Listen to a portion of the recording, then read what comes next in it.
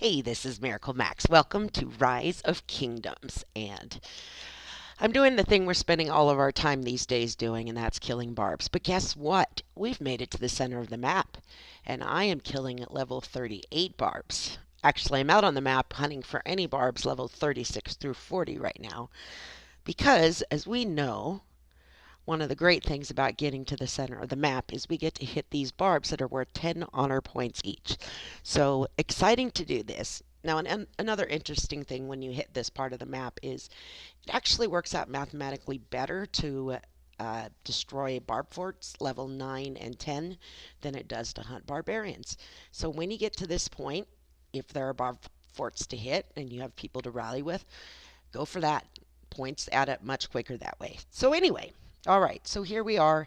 We're in the center of the map, which means that last night at 3:15 in the morning, our alliance took this level 6 pass, and I woke up and I got my iPad out and I joined the rally and we attacked it and we beat it, and then I went to stop the recording and realized that the one thing I forgot to do was start the recording. So I don't have the battle for you, but what I have for you is the scouting report, and I have the battle report, and we can talk about what works and what doesn't work hitting this, and then take a look at the map and see what it looks like now. So I am in UCS in Kingdom 2, and like I said, we took this last night.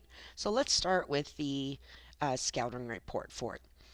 So 3 million tier 5 archers is what we were facing, and we've seen some pretty consistent commander skills, but they changed up this time, so this is important for you to take a look at.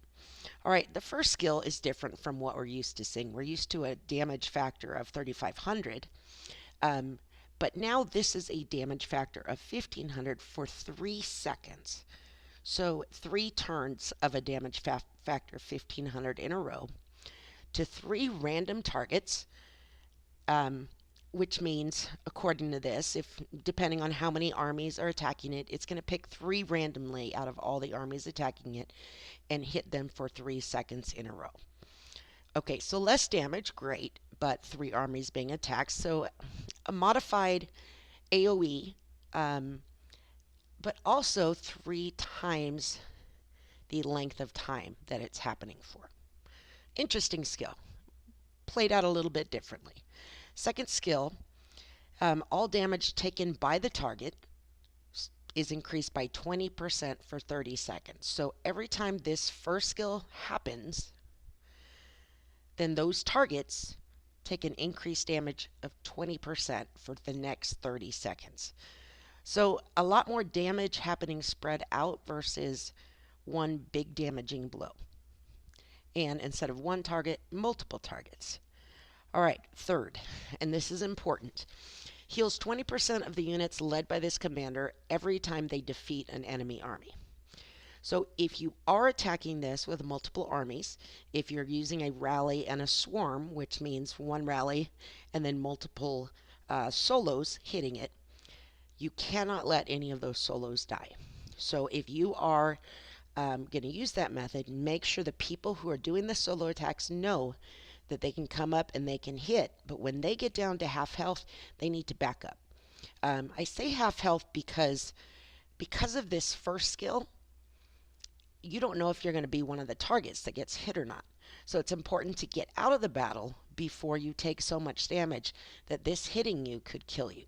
Now, if you have a full T5 army, you can probably go lower, maybe down to 30%, but you need to be really careful because 20% healing when an army defeats, that's 600,000 troops that are healing every time it defeats an army.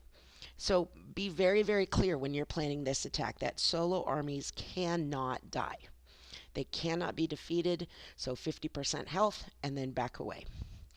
And lastly, we've seen this time cap happen many times, and it's always worded a little differently, but we have a 5-minute time cap, and this one is after 5 minutes attack increases by 10,000%.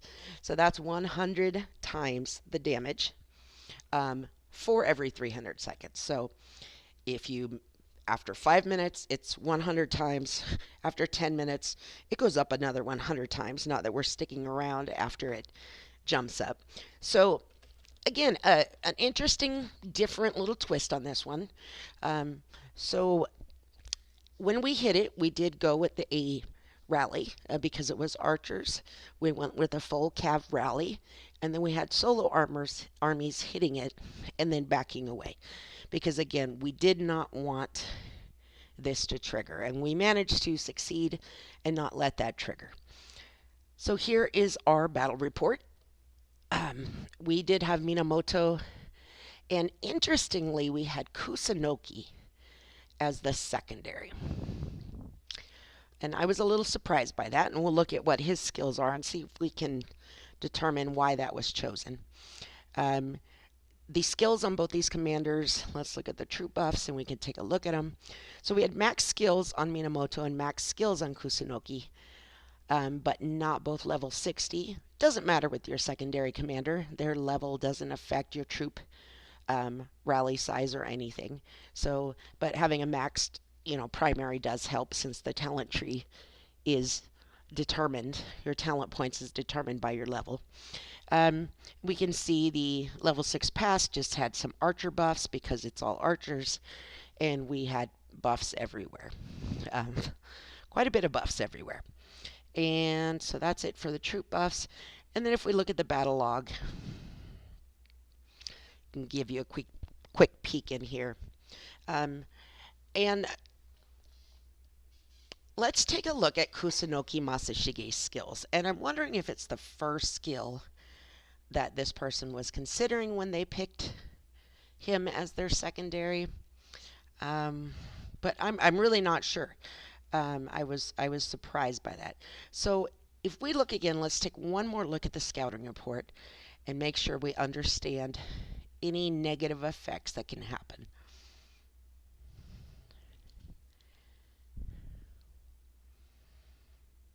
All right, so let's go in and look at Kusunoki and his skills. So Kusunoki's skills, he has a removes all negative and control effects from Kusunoki's troops.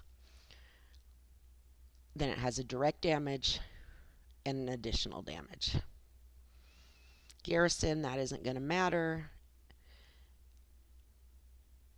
That doesn't matter because we're using all cav and dealing additional damage. So the only thing I can think of is that this removes all negative and control effects is what they were looking for, but I'm just not sure if any of these skills would count as a negative or a controlling effect. This one might. You can let me know in the comments if you think that one does qualify as one of those. But it was an interesting pick. We've seen Minamoto used for every rally leaning cav, and we've either seen Cao Cao or Genghis Khan used as the secondary. So this one surprised me, and who knows, it could have been a misclick. I'm not sure of that. All right, so that is the level 6 pass. Now, the level 6 pass fell, and they fell all the way around kingdom-wide. And you can now see clearly that Kingdom 2, number 1, took them all. But you can also see, by looking at the map, that Kingdom 2 has an alliance with Kingdom 4, which is the blue, and with one alliance from Kingdom 3, and that is Toll, tonic of... We'll just look.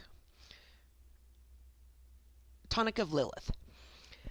So that one alliance, which is the second highest power alliance from Kingdom 3, and then both COG and Bob from Kingdom 4 have been welcomed into the center of the map.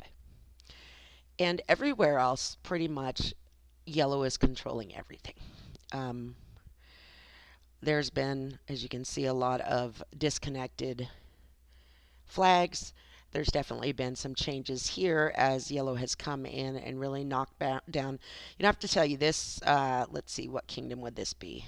Kingdom 5 has been battling hard. I mean, I will tell you, they have been battling and battling to take as much land as they can, and they've been getting pushed back and had a lot of battles with Kingdom 2, and it's pretty cool because let me tell you, they're ferocious fighters. They keep coming back.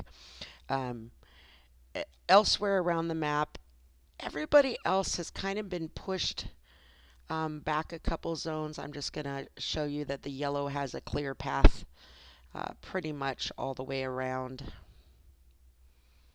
I mean, you can see that other than, the blue, like I said, from Kingdom 4, and then that green, everybody else has been pushed back.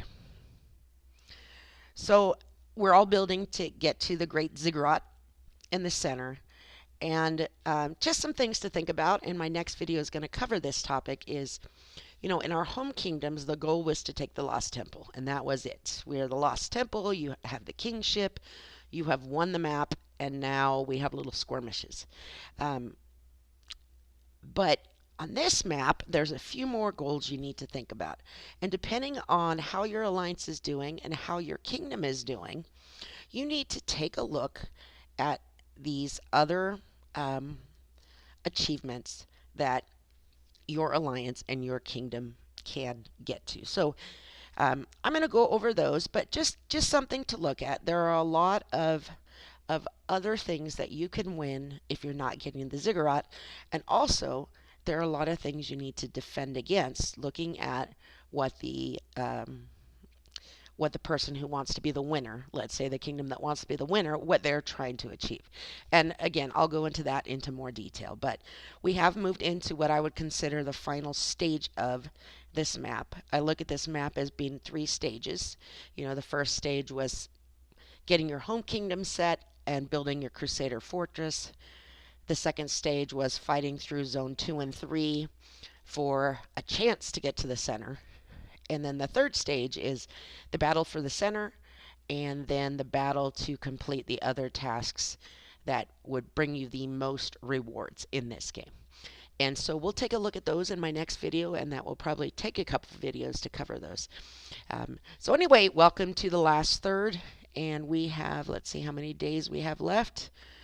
We have 19 days, and this was a 58-day event, so we are in the last third. Just recently hit it, and I have a long way to go. My other 2 accounts are in I would call it the second phase of the game. We're battling it out in zone 2 to get entrance to zone 3, which is where most people are in the game. Just took the higher on, getting ready to deal with the ancient ruins, I think is next for everybody. So lots of fun. Continue to kill barbs, continue to gather, lots of barb forts to kill, and continue to use up all those AP pots that you had stored up. Because if there's one thing about this Lost Kingdom, it is an AP drain. And hey, if you haven't, make sure every week you come to this cute little store and buy up all the action points you can. Because you need every single one you can get for the full 58 days.